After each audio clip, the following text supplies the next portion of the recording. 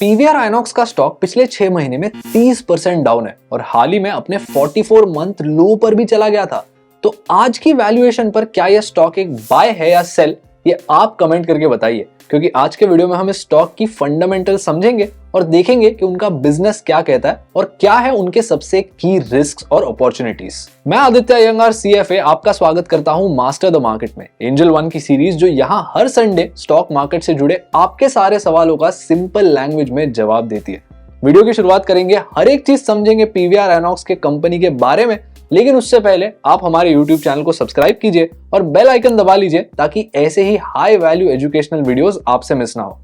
अब currently PVR के finances में एक प्रॉब्लम आ गई। अब कुछ इन्वेस्टर्स को ये प्रॉब्लम शॉर्ट टर्म लगती है और कुछ इन्वेस्टर्स को ये लॉन्ग टर्म लगती है। वो प्रॉब्लम क्या है वो हम ब्रेक डाउन करेंगे, तो आप वीडियो को एंड तक देखना। उससे पहले समझते हैं पीवीआर का बिजनेस क्या कहता है। प्रिया विलेज रोड शो नाम से जिस जॉइंट वेंचर की शुरुआत हुई थी 1997 में, वो आज ऑलमोस्ट 25 साल बाद भारत का सबसे बड़ा प्रीमियम फिल्म एग्जीबिशन बिजनेस बन चुका है। करंटली वो 854 से ज्यादा स्क्रीन्स ऑपरेट करते हैं, वो भी 74 अलग अलग शहरों में, और उनका 52% रेवेन्यू आता है फिल्में दिखाने से। तो बाकी का 48% कहां से आता है? 30% आता है फूड एंड बेवरेजेस से, 6% आता है एडवर्टाइजिंग इनकम से, 6% आता है कन्वीनियंस फीस से, और फाइनली बाकी का 6% आता है सब्सिडरीज, इन्वेस्टमेंट्स और इंटरेस्ट से। अब इन सारे सेगमेंट्स में आपको पता है इस कंपनी का सबसे फास्ट ग्रोइंग सेगमेंट कौन सा है?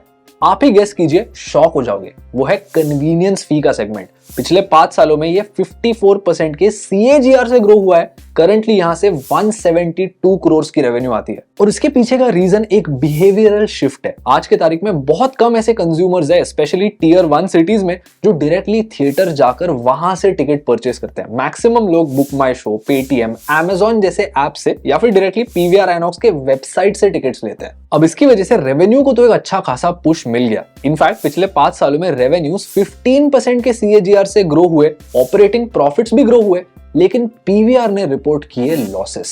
पिछले 5 सालों में पीवीआर की इंटरेस्ट पेमेंट्स जो थी वो 128 करोड़ से 791 करोड़ पर ग्रो हुए। अब पीवीआर का डेट टू इक्विटी रेशियो तो सस्टेनेबल है, टिपिकली 1.5 के नीचे हेल्दी माना जाता है, इनका 1.17 है, लेकिन इंटरेस्ट कवरेज रेशियो सिर्फ 0.49 है।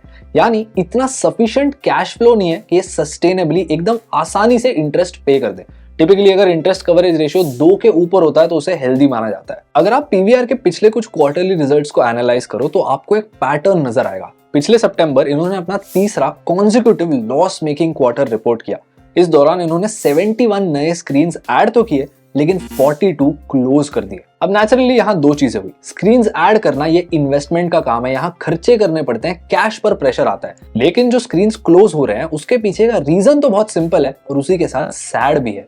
इंडियंस पिक्चर देख ही नहीं रहे। Actually let me rephrase, Indians theatre में जाकर पिक्चर नहीं देख रहे, और अगर जा भी रहे हैं तो बॉलीवुड की पिक्चर बहुत कम देख रहे हैं। जेनजी जो है वो मोस्ट केसेस में स्ट्रीमिंग सर्विसेज को ही प्रेफरेंस दे रहे हैं। टिपिकली थिएटर्स के ऑक्यूपेंसी रेट्स 30 to 40% के बीच हेल्दी माने जाते हैं। प्री पैंडेमिक पीवीआर आइनॉक्स के ऑक्यूपेंसी रेट्स जॉइंटली 32% के अराउंड थे, लेकिन करंटली वो गिर चुके हैं 25% पर। मैंने आपसे कहा ना, लोग बॉलीवुड की मूवीज देख ही नहीं रहे। इन मूवीज ने 1800 करोड़ का लॉस रिपोर्ट किया, जिससे पीवीआर जैसे थिएटर्स का रेवेन्यू 13% से गिर गया।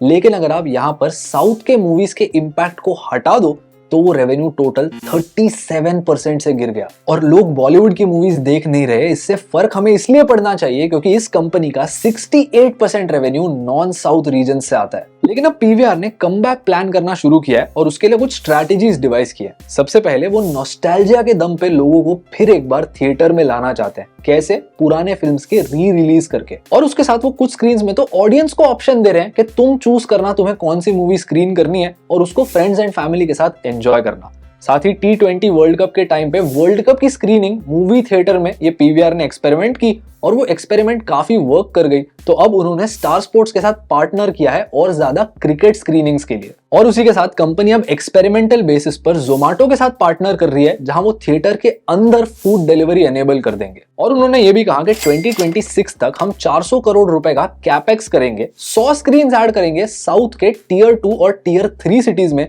जहां से 32% रेवेन्यू आता है। डिमांड बहुत हाई है पर स्क्रीन्स इतने नहीं है। अब ये सारे मूव सुनने में तो अच्छे लगते हैं, लेकिन वो पीवीआर के फाइनेंशियल्स को और मोर इंपॉर्टेंटली उनके स्टॉक को कैसे इंपैक्ट करते हैं ये तो वक्त ही बताएगा। लेकिन आप बताइए कमेंट करके, आपको क्या लगता है, पीवीआर का स्टॉक आज एक बाय है या एक सेल? और इस वीडियो से अगर आपने कुछ नया सीखा तो इसे लाइक कीजिए, हमारे यूट्यूब चैनल को सब्सक्राइब कीजिए, बेल आइकन दबा लीजिए ताकि ऐसे ही हाई वैल्यू एजुकेशनल वीडियोस आप तक पहुंचते रह सके। मैं आपको मिलूंगा अगले संडे, तब तक के लिए keep learning and keep improving.